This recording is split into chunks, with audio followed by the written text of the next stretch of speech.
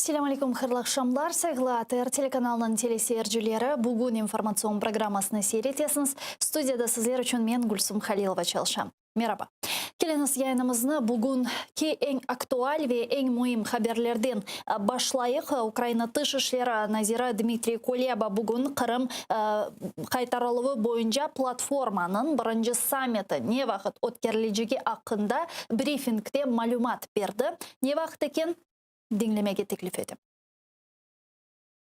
Ця робота не буде зупинятися ані на день і увінчається вона самітом Кримської платформи, який пройде в Києві. І я сьогодні вже можу повідомити, що офіційно, що остаточно ухвалене рішення, що цей саміт Кримської платформи відбудеться у травні 2021 року. Дуже сильно сподіваємося, що на той момент ситуація з пандемією стабілізується, і ми матимемо нагоду провести успішний саміт у столиці України. Sizin de bilgenizge ko'ra, şimdi pek faal şekilde Ukrayna Dışişleri Nazirligi'nin memurları bu Kırım platformasının yönelişinde faaliyet alıp bara. Hususan geçenleri Ukrayna Dışişleri Naziri'nin birinci muavini Emine Cepar Ukrayna'da Kanada elçisi ile görüşken ve bu platforma teşebbüsü hakkında malumatlar verdi. Пані посол Канади чітко заявила, що позиція її уряду щодо Криму ніколи не зміниться, і Канада і надалі докладатиме максимум зусиль для підтримки суверенітету та територіальної цілісності України. Вона також поділилася враженнями від відвідування пункту пропуску Каланчак. Kırım Tatar Milli Meclis Reisi Rifat Çobarov yayınımızga hoşlar. Rifat ağa, selamun aleykum. Aleykümselam, hayırlı akşamlar. Cümlemizge. Rifat ağa, көргенізге көре, şimdi bu Kırım platforması yönelişinde çok faaliyet alıp barıla. Endi birçok devletlerinin temsilcileri ile bizim memurlarımız, diplomatlarımız müzakerelerini yürüsetti ve bugün Dmitry Kuleba'nın aytkanına göre endi Mayıs ayında bu Kırım sammiti ötkerilecek. Ne dersiniz? 21. Mayıs'a nasıl şekilde hazırlanmalı?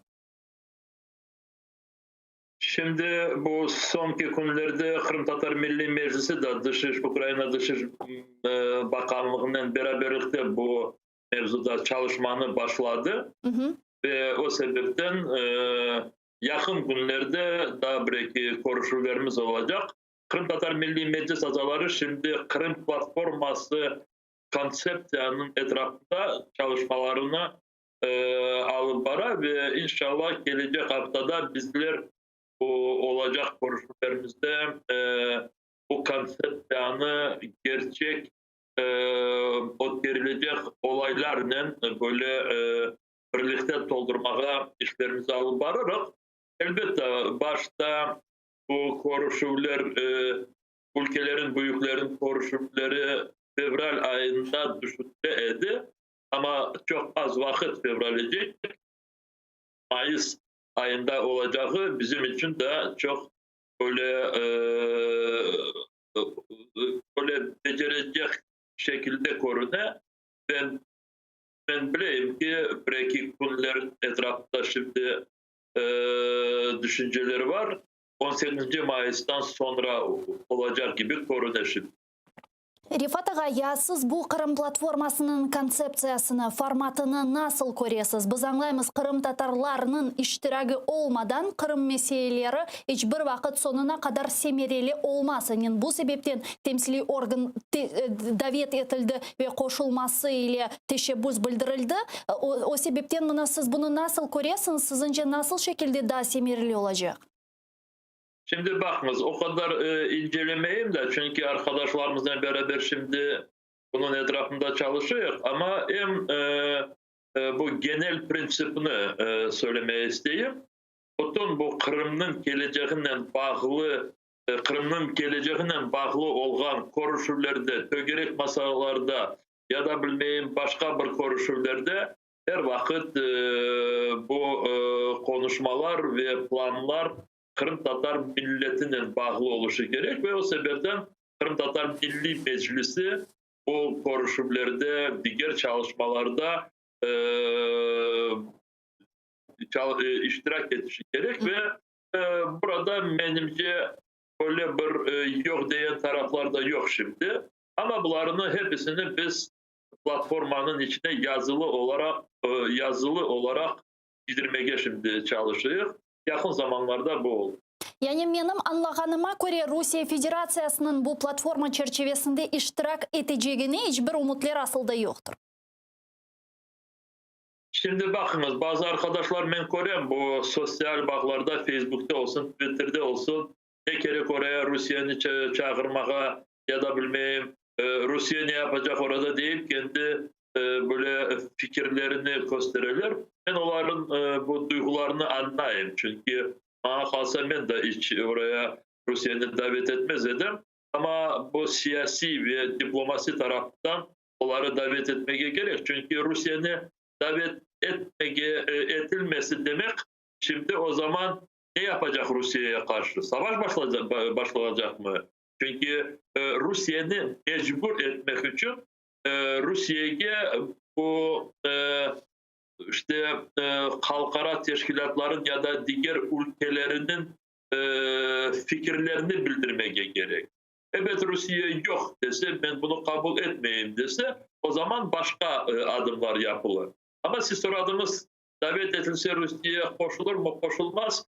Ben şimdi düşünüyorum ki koşulmaz. Ama Rusya'nı şimdi sipamağa ya da başka türlü böyle toplamağa zaman endi yok.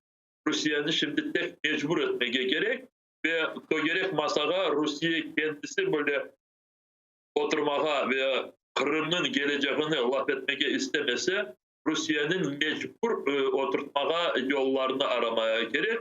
Çünkü bu meseleni savaşsız çözmeye hepsi düşünüyor. Keçenlere sizin de bilgenizge göre da uç vatandaşımızga Rusya'nın Rostov-na-Donu şehrinde Putin'nin emrinin, Kreml'nin emrinin kene dehşetli hükümler çıkardılar ve bu hükümlerden sonra elbette ki sual peyda ola. Nasıl azat etmek, elbette biz bularını laf etemiz, aklarını nasıl korçalamak degen suallerini her daim beremiz. Fakat şimdi bu platformanın teşebbüsü meydana kelgen son sual peyda oldu. Belki bu platforma çerçevesinde siyasi mabuslarının azat etülüf meseleleri de müzakere edilir. Şimdi benimce bu bakınız platformanı kabul etken ülkelerin başlıkları toplandığı vakit orada hem birinci sırada olgan ve bizim milletimiz için Kırım'ın geleceğine çok önemli olan meseleleri koymaya gerek. Şimdi bu siyasi mahpusların meseleleri birinci sırada değil demeye getirmeyeyim. Ama ne kadar şimdi biz insanlarımızı hapisten kurtarmaya tırışsak da becersek böyle bazılarını kurtarmaya ama orada Rusya'nın işgali devam ettiği sebebinden bu cinayetçilikler Kırım Tatarlarına karşı bu aramalar, bu hapiske bırakmaları devam edecek. O sebepten birinci sırada olan mesele işte bu Rusya'nın işgalcilerden azat edilmesi. Bu mesele benimce birinci sırada oluşu gerek ve bu mesele bakıldığı vakit gene de evveldeki gibi işte biz çok rahatsızız, biz çok böyle işte bilmeyeyim başka böyle bir sebepten Kırım Tatarlarını orada düşünüyoruz. O laflardan elde vazgeçmeye gerek. Nasıl yollarının, nasıl aletlerinin Kırım'ı azat edilmesi bu meselelerin bakılışı gerek değil. Biz böyle düşünüyoruz. Bu platforma çerçevesinde elbette ki iştirak edecek memleketler de pek mühim ve siyasetçiler olsun siz ve da diğerleri bu platforma çerçevesinde Budapeşt memorandumunu imzalagan ülkelerinin de iştirak etmesinin mühimliğini bildirgen ediniz. Hususan İngiltere ve Amerika Birleşken Devletleri. Fakat bugün Amerika Birleşken Devletleri'nde sizin de malumatlarınızga göre şimdi seçimler ötkärili. Nasıl düşünüyorsunuz? Prezidentinin seçilüvinden sonra bir şey değişecek mi? Yani Ukrayna istikametinde Amerika'nın siyaseti o ya da diğer prezident olsa bir şekilde değişebilir mi? Şimdi elbette bunu hepsi bile, ben söylediğimden değil de bunu hepsi bile gerçekten de peki böyle o mektepke bargan talebeler de bile bu dünyada çok böyle beklenilgen ya da böyle bir çok layık olan denişmeleri, dünyayı değiştirecek denişmeleri meydana getirmek için Amerikasız olmayın. İsteseler de bunu insanlar istemeseler de çünkü hem böyle bir güçlü hem askeri taraftan hem ekonomik taraftan şimdi dünyanın birinci sıradaki olan bir devlet. Başka bir mesele tek Amerika'da kendisi istediğini yapmaz. Çünkü Avrupa Birliği var, Avrupa Birliği azaları, Европейский Союз. Şu arada o kendi geografyalarında olan çok sorumlu ve güçlü diğer devletler var. Mesela Türkiye, Karadeniz etrafında. Ve şimdi bu her bir bu devletlerin pozisyonları bizim için, Kırım Tatarlar, Kırım, Ukrayna için çok önemli. Ve şimdiki bu konuları Amerika'daki ötkerilgen sayılavların neticesi bizim için elbette çok önemlidir. Şimdi ben söylemeyeceğim. Trump kalacak mı kendi yerine, Biden gelecek mi? Amerikalıların sayılav sistemaları çok farklı ve sonuna dek böyle bir intriga saklanacak. Ama bize göre işte bu Rusya'nın yerine böyle mecburi yerine getirmeye siyasetçiler Amerikan'ı rehberlik yapsalar biz ona daha çok memnun olurum deyip onu söylemeyi isteyeyim. Çünkü Putin'in şimdi bütün istediği ne olsa olsun da bu dünyada ama Amerika'nın pazarlaşıp Kırım'ı kendisine kaldırıp ve bütün buradaki bu son 7 senedeki yapılan zararları Rusya'ya affetsin. Bunu istiyor şimdi Putin ve eğer Trump kalsa Trump'ın bunu laf etmeye devam edecek.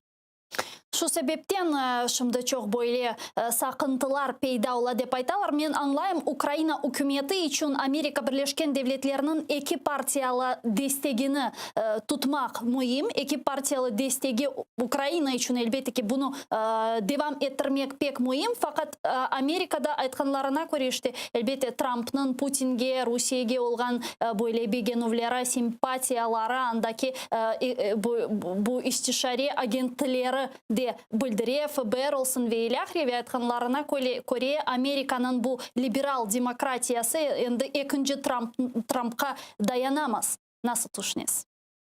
Şimdi bakınız bu Amerika'nın siyasi sisteması o devlet kuruluş prensipleri o kadar çok böyle bu 200 sene devamında o kadar çok kuvvetleşti ki ve bu Rusya değil böyle bir olmayacak birisi saylanacak da ve devletinin yönelişini alıp çevirip ters tarafa gidecek.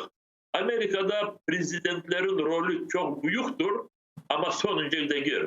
Amerika'da bu siyasi sistema her bir vazifeli olan kişinin kanun boyunca kendi yerine çalışmasını mecbur eder.